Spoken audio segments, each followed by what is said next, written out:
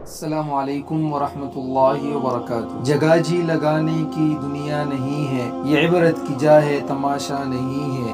Gama پہلوان دنیا کا عظیم ترین پہلوان تھا۔ اس کی روزانہ خوراک 20 سیر دودھ، 3 پاؤ گھی، آدھا سیر مکھن، 1 سیر بادام کی گری، 12 سیر گوشت، تقریباً 6 سیر میوجات اور مٹھائی، بالائی دہی اور لسی تھی۔ وہ گاما پہلوان جس کی اتنی زیادہ خوراک تھی اور جس نے زبسکو جیسے عالمی شہرت یافتہ پہلوان کو ہوا میں اچھال دیا تھا، جب مرض الموت میں مبتلا ہوا تو اس کے لیے اپنے چہرے سے مکھیاں اڑانا بھی مشکل ہو گیا اور اس کی خوراک بمشکل 1 پیالے دودھ کی رہ گئی تھی۔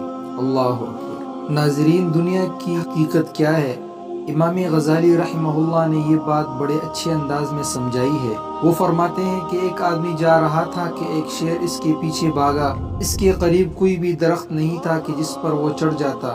اسے ایک کنواں نظر آیا۔ اس نے سوچا کہ میں کنویں میں چھلانگ لگا دیتا ہوں، جب شیر چلا جائے گا تو میں بھی کنویں سے باہر نکل آؤں گا۔ جب اس نے نیچے چھلانگ لگانے کے لیے دیکھا تو کنویں میں پانی کے اوپر ایک کالا ناگ تیرتا ہوا نظر آیا۔ اب پیچھے شیر تھا اور نیچے کنویں میں کالا ناگ تھا۔ وہ اور زیادہ پریشان ہو کر سوچنے لگا کہ اب میں کیا کروں۔ اسے کنویں کی دیوار پر کچھ گھاس اگی ہوئی نظر آئی۔ اس نے سوچا کہ میں اس گھاس کو پکڑ کر لٹک جاتا ہوں، نہ اوپر رہوں کہ شیر کھائے اور نیچے جاؤں کہ سانپ ڈسے۔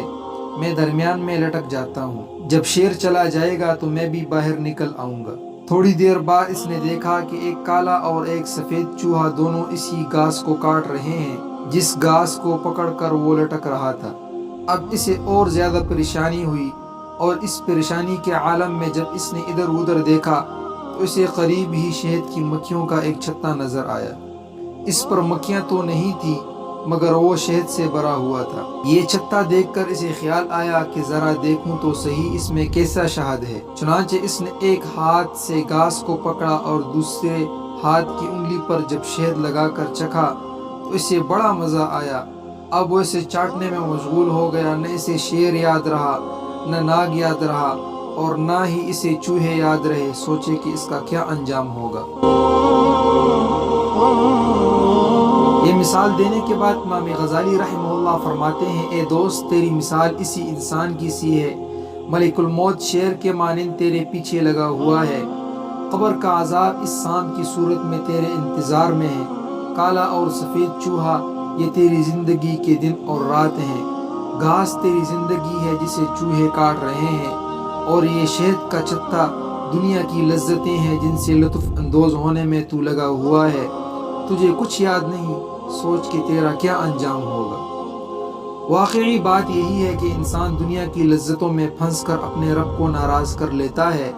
کوئی کھانے پینے کی لذتوں میں پھنسا ہوا ہے اور کوئی اچھے عہدے اور شہرت کی لذت میں پھنسا ہوا ہے۔ یہی لذتیں انسان کو آخرت سے غافل کر دیتی ہیں۔